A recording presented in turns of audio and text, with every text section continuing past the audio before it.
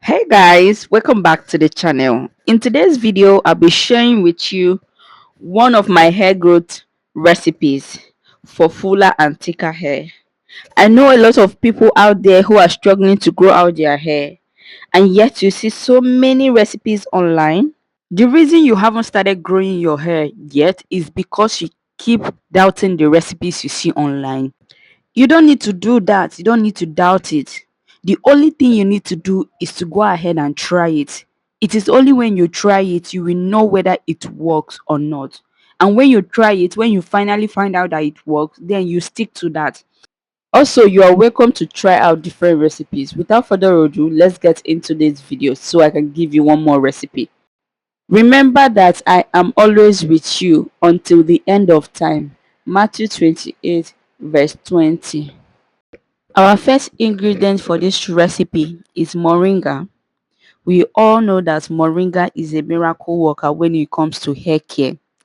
It repairs split ends, it protects the hair from environmental damages, it has antioxidant properties that shields the hair from UV damages.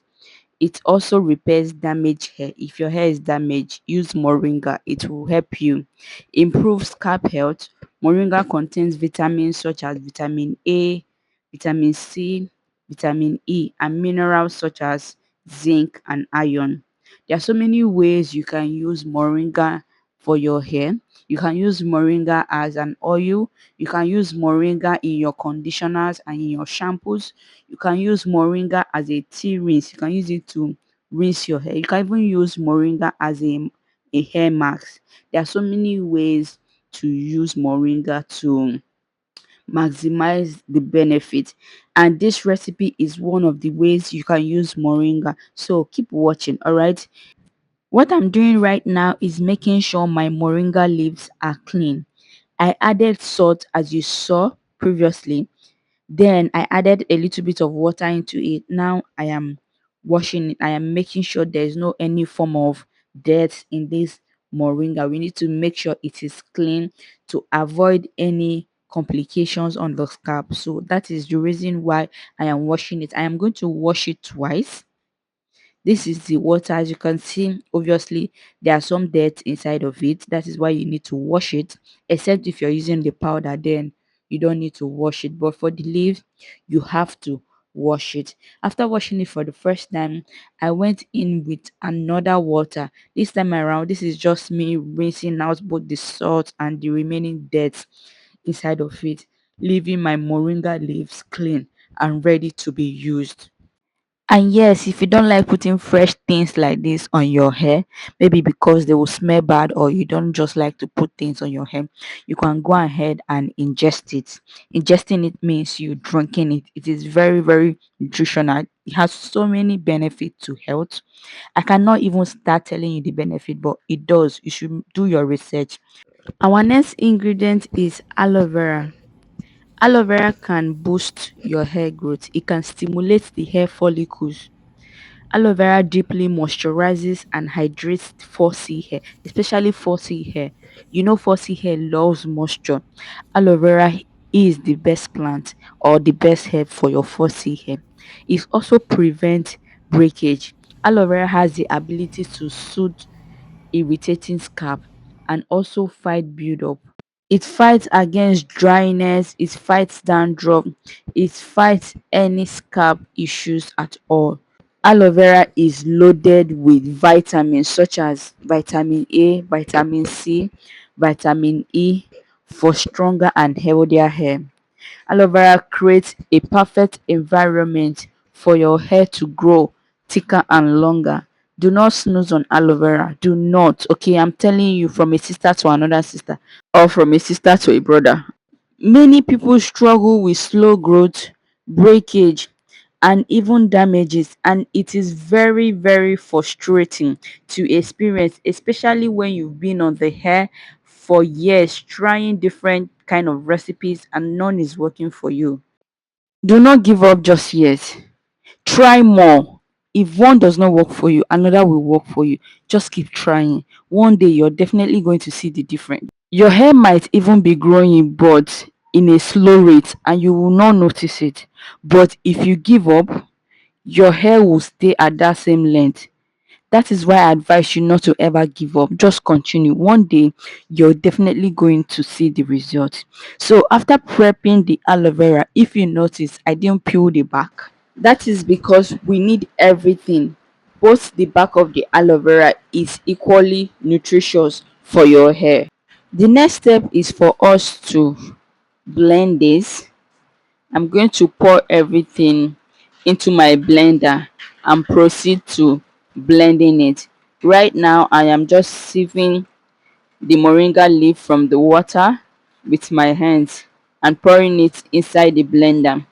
Then I'll go ahead and add the aloe vera. You can use more or less. I just made the quantity that I can use once because it is not advisable to leave this for a very long period of time so it will not change color. So that is why you see me using that quantity of aloe vera, even though I thought the moringa leaf I used was a bit much, because at the end of the day I ended up not finishing everything at once. You can do less or more depending on the thickness and the length of your hair. Pardon the fact that the camera kept on shaking. I was holding it with one hand and tried to show you guys what the inside looks like with the other hand while using the other one to pour in some water. So just ignore the fact that the camera wasn't stable. I'm really sorry about that. When I started blending this, I didn't realize I didn't press record, so the thing had already started blending before I realized that. So pardon me. So this is me trying to blend all the leaves together. At this point, if you don't have a blender, don't hesitate to do it the manual way or the traditional way rather. You can use a mortar and pestle, or you can even use your hand, put a little bit of water inside, use your hand to squeeze it out. I think you guys understand what I'm trying to say. Yeah, do it like that. It's still the same thing. It's going to give you the same result. So this is what our mixture looks like. This is it. It is properly blended, both the aloe vera and the moringa. So the next step is for us to properly sieve this. I took my cheesecloth and folded it into two. The reason I did this is for it to be able to strain out the juice well without having residues inside. So that is why I folded it into two. I went ahead and poured in the mixture. After that, I'm going to gently squeeze it. I'll squeeze it until I have gotten all the juice out, and then I'll throw away the shaft. I'm not gonna lie, this gave everything I was expecting 10 over 10. So if you can't put this on your hair, if you're one of those people that don't like put things on their hair, like I said before, you can go ahead and drink this if you don't have a problem with drinking aloe vera, because I know aloe vera is it's quite bitter. If you don't have a problem with drinking it, you can go ahead and drink it. It will even be more effective when you ingest it. All right. So this aloe vera can strengthen your hair follicle. It will promote hair growth. Moringa is known for its excellent ability to enhance collagen production, fight dandruff, and also prevent hair loss. These two helps together. These two helps together is a powerhouse for hair growth. Did I also mention that moringa contains folic acid as well as B complex? It contains B1, B2, B3, B6, B7, as well as other numerous benefits for your hair that I didn't mention in this video. So after much pressing and squeezing out the juice, this is the chaff I got out. Now I am going to throw this one away. If you have any other use for it, you can go ahead and use it. But for me, this is now a waste. I'm going to throw it out. This is what we have got. The green is greening. This is giving us shade of nutrients. Your hair cannot resist this. This is packed with so many benefits for your hair as well as moisturizing properties. If you have watched till this point, please consider subscribing to the channel, okay? Like this video, just give it a thumbs up, all right? I really appreciate that. So now we are going to transfer it into our applicator bottle. For now, I am just going to use this on my scalp. The reason is I just washed my hair and my hair is moisturized enough. That is the reason I'll just use it on my scalp for now. But the next time I'm going to use it on my whole head of hair. It is best to use this as a leave-in moisturizer. I think this is where we draw the curtain. We have finally come to the end of this video. If you like this video, please consider giving it a thumbs up. See you in my next video. Bye.